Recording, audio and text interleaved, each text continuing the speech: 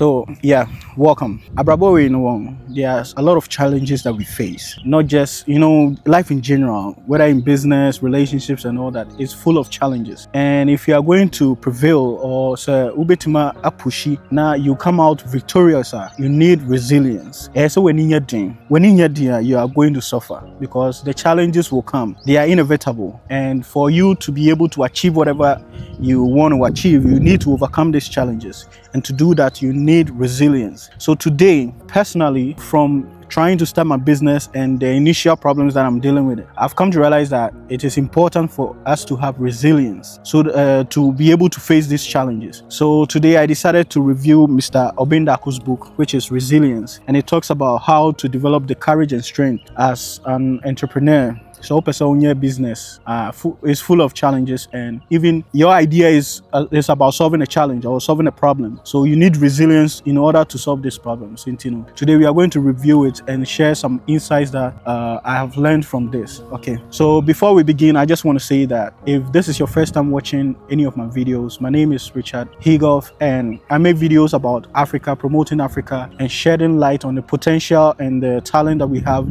in Africa so that we can create the right environment for every one of us to thrive. So if you like content like this, don't forget to subscribe, to join the family, and also leave a comment. Let me know what you think about my videos, and let's begin.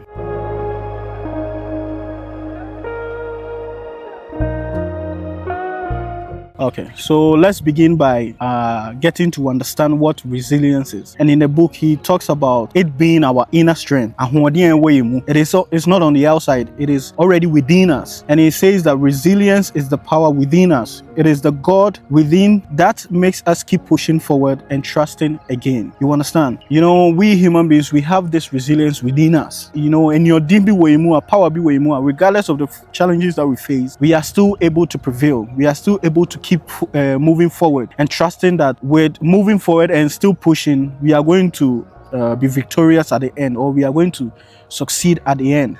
So we already have this resilience within us. And then he says that, from the beginning, from the introduction of the book, he says that nothing represents resilience than the African people and their continent. Because for so many years, the African people have been under attack. So many different attacks in different forms, psychologically, economically, politically, physical attacks that we've been under. That has built that resilience within us, because after all the things that we've been through, we are still here and still pushing forward. And that has built that resilience within us. If you are an African, you already have that power within you. Apart from the natural thing that comes with you being a human, you have actually built on it through the struggles that we've been through. You understand?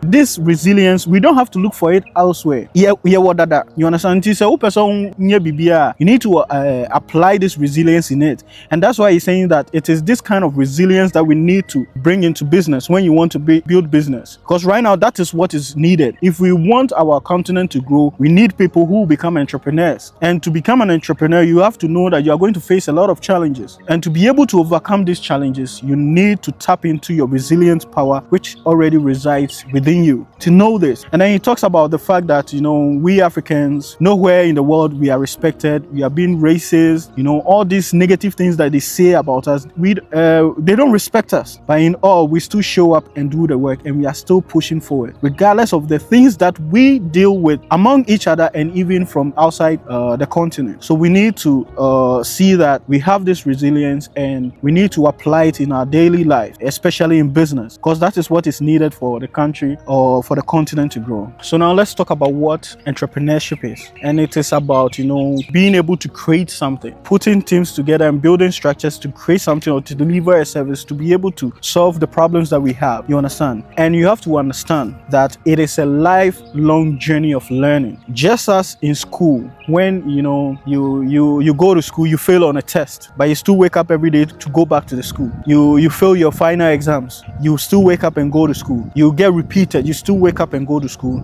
That is the same kind of mindset that you have to bring into business, because you are going to fail a lot of tests. You are going to make bad decisions which are going to cost you. You are going to face difficulties. So the same attitude that we had in chasing a degree, that is the same kind of attitude we need to have in trying to solve the problems that we have. So he says that it takes a process. It's not going to happen one time. It takes a process, and you need to keep that in mind. Now you need to understand that it takes time, and he says that it takes time to build and it takes time to develop as an entrepreneur. You need to go through a lot of training, and it's going to take time for you to go through this training. Mistakes will cost you time to solve. Decisions, everything that you're going to do, your growth process as an entrepreneur will take time. So you need to be patient and then give yourself that time to grow. Now you need to understand that people who go into entrepreneurship, or the entrepreneurs, are driven by one vision, how far they can see.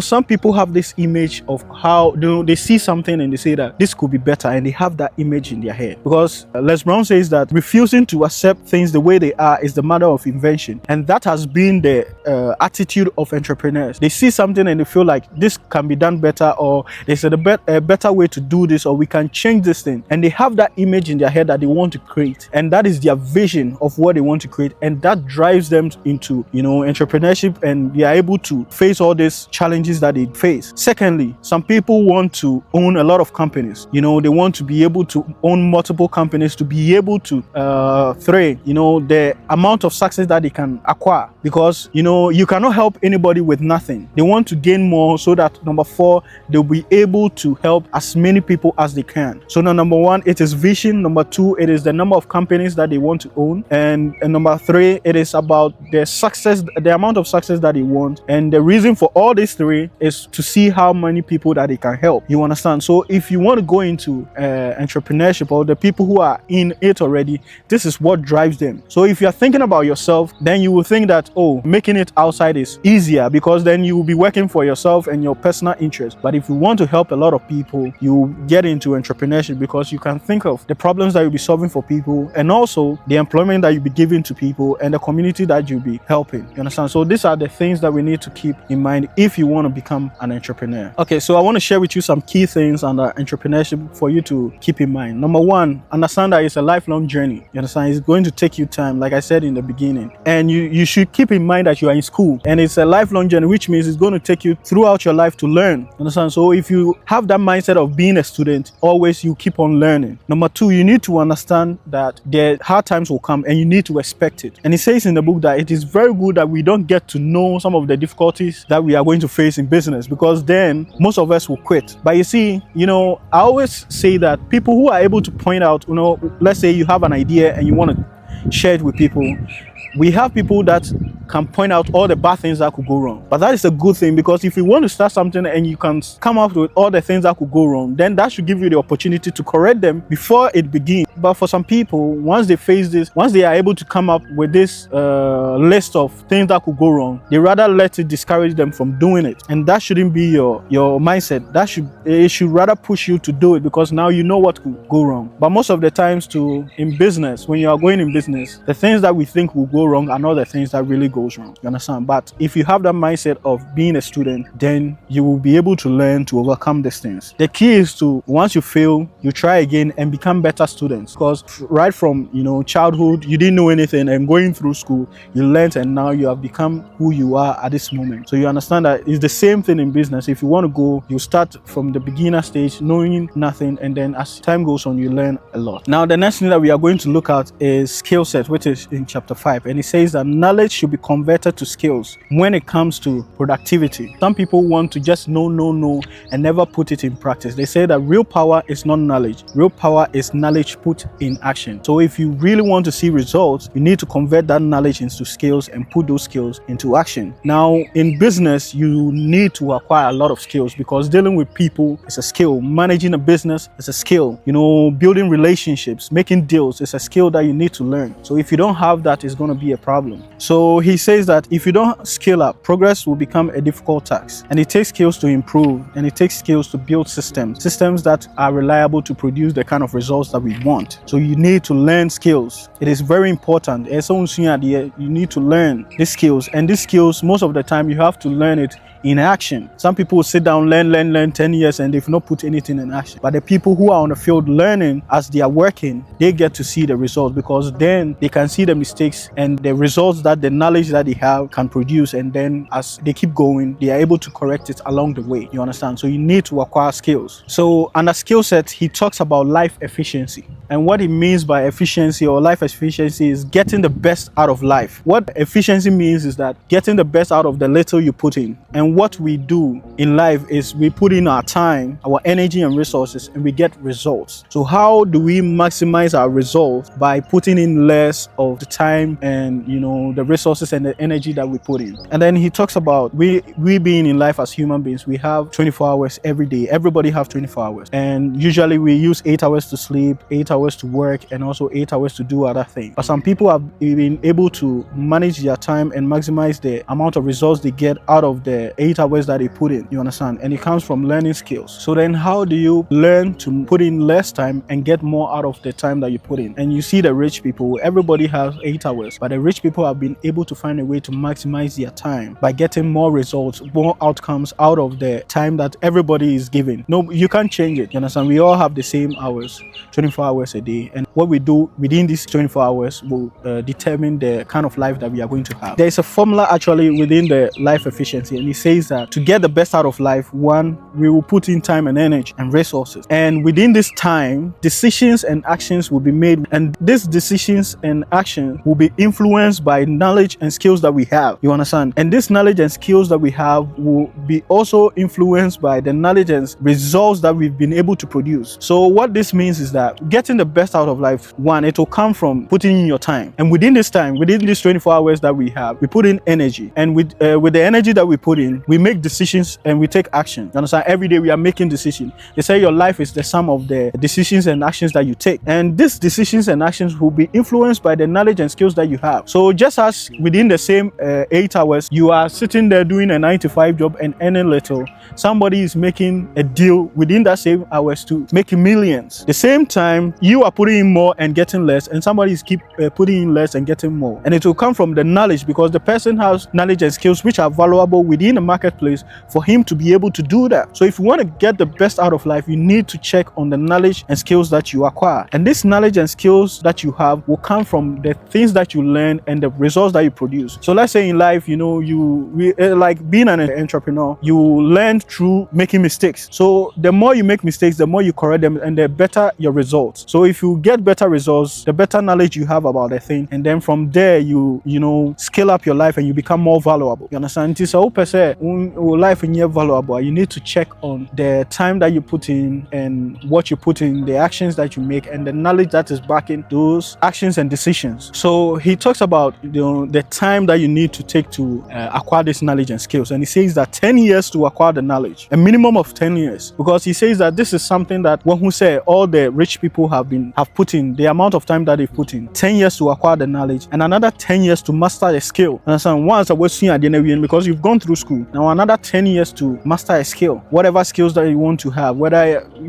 with your profession, what skills can you acquire, and then you spend 10 years to master it, and then another 10 years to put those skills into practice to get the desired results that you need. Understand? So that is why he says it's a lifelong journey. Because once you acquire the knowledge, you need to master it in skill and then put those skills into action. And those actions, you need to give it time to produce the results that you want. So this is minimum time. You understand? The minimum time you need to put in is 10 years to acquire the knowledge, 10 years to master a skill, and 10 years to put those skills and knowledge into action to get the desired result. So don't blame the results that you have because you've not learned enough. You understand? Keep on learning, keep on growing. If you keep on doing this thing, you are going to get the results that you are looking for. So he says that for us to increase our life efficiency, we have to be able to know what we want out of life, use time to acquire the right knowledge, to get the right skills, and then we produce the right products that our life is about. On chapter 6, he talks about dignity, and under dignity, he talks about culture. And he says that the culture that you build determines the kind of results you get in your business, your home, or your country. So if you look at any institution or even your home, the kind of culture you build build, or the country, the kind of culture you build, it will determine the kind of results that you are going to get. And he says that the culture is not the singing and dancing. No, you need to build a culture that respects people and then promotes performance, expects performance from people. If you look at China, it's like everybody has, handiwork, because they build a culture that once I was banedier, so that's the culture, so that you'll be able to fend for yourself. You see, and they respect productivity. They respect their people and respect the productivity that they bring out, the performance that they bring out. So if you've heard on the media, Omoka say about TikTok, that in China, the TikTok rewards people for their productivity, not for their funny stuff. You understand? And you can see it, that this is the kind of culture that they built. So how do we then build a culture that respects the people and then expect performance from people? You understand? And if you look at our economy or our environment, we don't do that. We don't respect our people, and the only people that we look up to are people who just have, some material status or they own something. But those are not the people that we need to admire. We need people who put the country and the people at first and serve. These are the people we need to admire and to build dignity in. You understand? That is the kind of culture that we need to build, that we don't speak bad about our people, we don't speak bad about our continent. We respect it, we love it, and then we build an environment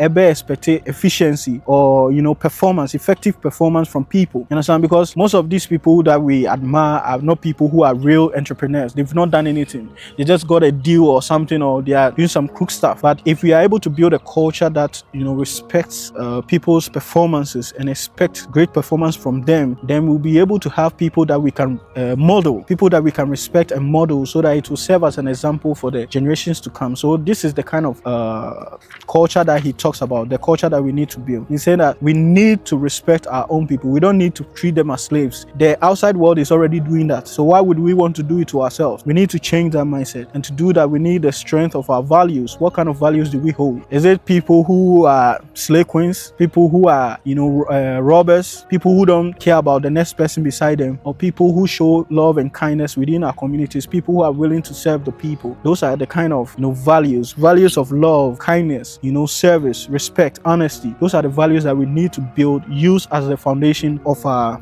culture, so that we do that. And we had that. And that's why he keeps on saying, go back to history to learn our culture before colonization. You understand? We had that, and that was what was bringing us the progress. So why don't we go back together? You understand? So that is about dignity. So chapter 9 talks about being a positive African, and that is we being intentional and study the past, the present, and future of Africa. The future is coming to Africa. We need to study it. So we need to go back and learn our history before colonization and see what we are capable of. And it says that Africa is like a gold bar in debt. You only have to clean it, and we can see it. The whole world can see it, but it is only we that are blind to our potential. You understand? We need to change this. We need to be positive. The whole world is looking down on us, and we need to change that. We don't have to do that to ourselves. We already have people doing that. So why would you want to look down on yourself again? You should take a different approach, and that is being a positive African. You don't need to look down on yourself, your people, and your continent. He says that, he said, go beyond the propaganda, because that is the things that they've been saying, that Africa is cursed, the image they show is disease and all this poverty. And that comes with a conditioning. And he says that most people are conditioned only to think about their interests, and that is what has made them believe that to succeed outside Africa is easier. He says that you need to look at the bigger picture. And what is the bigger picture? If you are able to do it in Africa, look at the life that you can change. If you build a business, look at the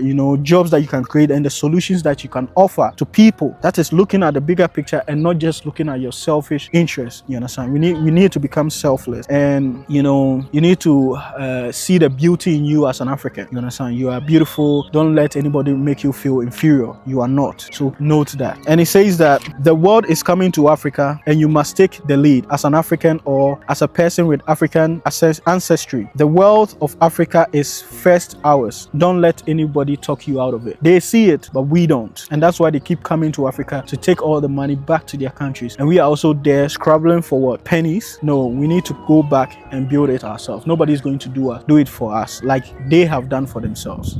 Okay, so on chapter 8, and I want to say this, there's a reason why I'm moving through the different chapters, so that you get to understand certain things. I want it to flow so that we understand the whole process of what he's talking about, the resilience that we need. And of chapter 8, he talks about mind power, and that is critical thinking. And he said people don't need to panic or get react over emotional or superstitious in challenging situations if they have been taught to think critically. If you look at our environment, every problem that we face, we associate it with somebody doing us or some witchcraft in our family, but they never go to the point of thinking that it is something that they did wrong in their actions and decisions that has led them to the point that they are today. And we need to promote critical thinking so that when things happen, we will be able to think about it critically to understand that, hey, maybe I did something wrong here, maybe it was a wrong decision, because in business you are going to do that. And if you've made a bad decision or a bad deal and you've gotten the wrong result, you don't associate it with witchcraft or somebody. The cause of it is from someone. It is you made those decisions and actions, and that has led you here. So we need to promote critical thinking, because if you look at our environment at home, we are not taught to think critically. You understand? We are taught to accept things and go with the flow, but we need critical thinking if we want to move forward. And if you want to be an entrepreneur, you need to have that power to think critically about situations, because having even this power or this ability helps you to come up with solutions to problems that you are going to face. You understand? So it is very crucial that you have that ability to think critically about situations. So when you face challenges in your business, you don't associate it with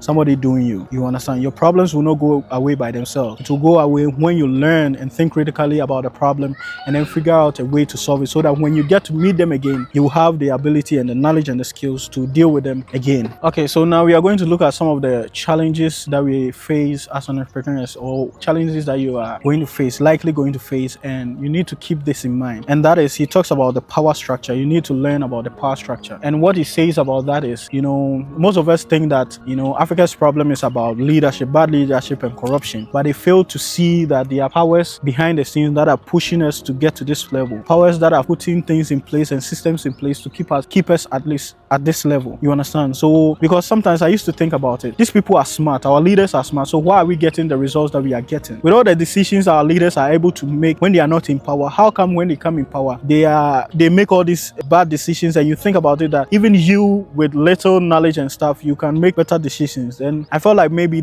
if it is not intentional thing that they are doing, or people who are selfish and want things for themselves, then somebody else is in control. Somebody is pushing these agendas, and we can see it. People who learn can see that they are pushing certain agendas on us too. Because once you borrow, it comes from borrowing. Because if you borrow from people, you become like their servant, and then you have to do what they want. You understand? So for us to get out of this, we need to stop the borrowing and then become independent on our own. But before we do that, we need to deal with what we have, and we need to learn the structures, so that you understand that some of these challenges are not challenges that we are causing, but it's from the outside force, and you need to find a way to deal with it. You understand? You need to find it, and you need to be courageous. That's why you need courage and strength in business as an entrepreneur, because these powers are going to be used against you. And if you are not courageous, you don't have to fight them, but just make sure that you defend what you have, because Jim Rohn says that every good thing will be attacked. So if you are doing something good and it's being attacked, or if you are doing something and it's being attacked, then know that you are doing the right thing, and just stand firm, don't lose hope, and don't quit. Keep on going, and you are going to succeed. Okay, so he says that we cannot develop strong Africans who can develop our people and continent until we have taught our right history to correct the African image, which has been destroyed through this white dominance philosophy, which worked through racism, colonization, slavery, their religion, their education, through their media, global institutions, and etc. We need to correct this image. We need to correct this mindset before we can build that kind of environment, the development that we are looking for. And a friend and I are developing something that we are going to share along soon. So let's keep this in mind.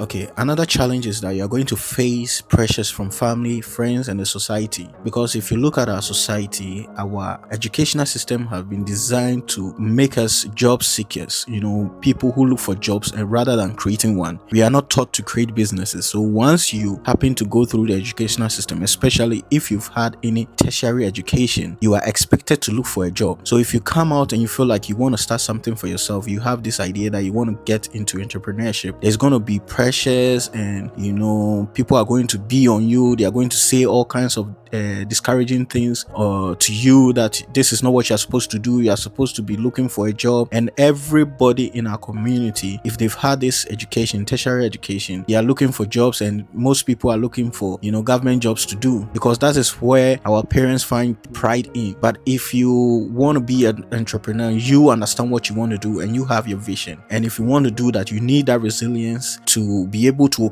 overcome all the things that they are going to say, because they are going to discourage you. They're going to make you feel like you're a failure, but you know what you want to do. And if you tap into that resilience mindset and attitude that is within you, and you keep pushing and you work hard towards whatever it is that you want to achieve, and you achieve it, they will come back to praise you. You understand? But if you happen to listen to them, you're going to fail. You're going to be like everybody. You need to be able to challenge the status quo. You need to be able to tell yourself that this is something I want to do, and regardless of whatever anybody will say, I'm going to follow through. And once you win, once you are able to achieve whatever it is that you want to achieve, it is going to be a plus for you, and they are going to praise you for that. Okay, so one other challenge that you're going to face is dealing with our government institutions. Now, you need to understand that the systems that we have within our country is not by our own design, but by the colonizers, the people who came to rule us, who designed the system, and they didn't design it to help us. And that is why it is really pushing or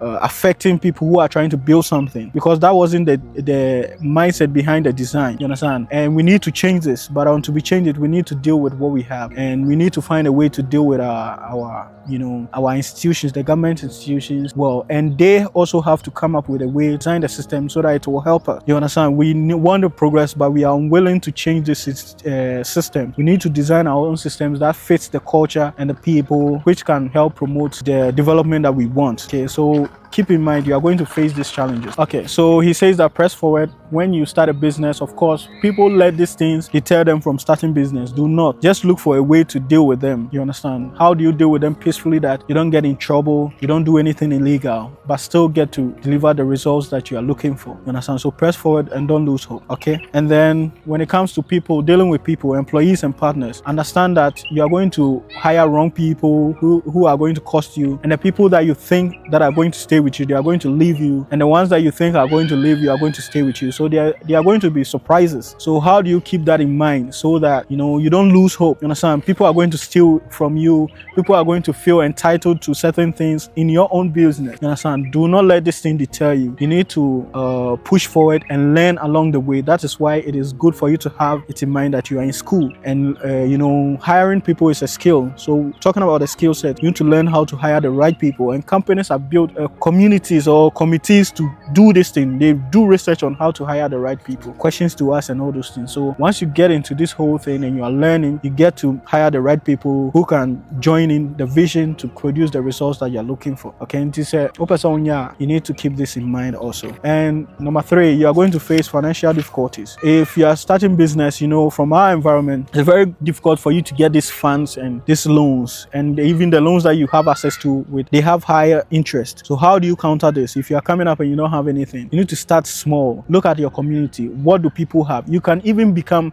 a middleman without spending a dime. Connect buyers with sellers, and then get your commission, and through that commission, or maybe you are working, save up from your 9-to-5 job to start your own business, and you start on a small scale with a greater vision, and from there you move up. You understand? So you need to think about these things. If you owe people, pay them. Don't block off the people that you are owing. You understand? Some people hide themselves and they feel ashamed, but you need to wake up and say that, hey, this is the problem, and I thought I was going to, this is the results, the situation that I'm in now, and let's figure out a way that we can do to get the best results out. Okay, so that you talk to them and then build an understanding with them so that you can help pay back your debtors. Okay, and he says strategize in Africa, use our own strategies. We need to strategize, use our own strategies, our own systems, build our own systems that connect with the people and the culture that we are in our environment. We don't have to bring in things from outside. We need to learn and model our own systems that can help us. Okay, so this is it. You understand that all these things that you are going to do in life, if you want to become a successful entrepreneur, entrepreneur, you need resilience, dealing with people and managing people. So to do that, you need that resilience, and you already have that in you. You understand? And for me, reading this book has really helped me to build that mindset that, yeah, the initial stage is tough, but then in the end, it's going to pay off. You understand? And I'm in school. For me, I'm a student. I always say that I'm learning. So all these challenges, once I see, I get to know, oh, so these are some of the challenges that they are facing. And if they are still in business, then I know that if I continue and learn, I also prevail. You understand? So this is it. Thank you for watching. And I will say that you should buy the book. I'll leave the number on the screen so that you can call him and get a book and read. You need to get the book and read because it contains a lot. This is just a summary of what he has in the book. Okay, so thank you. And I just want to say that if this is your first time again watching any of my videos, like, comment and subscribe. Okay, and then thank you for watching. See you in my next video. Peace out.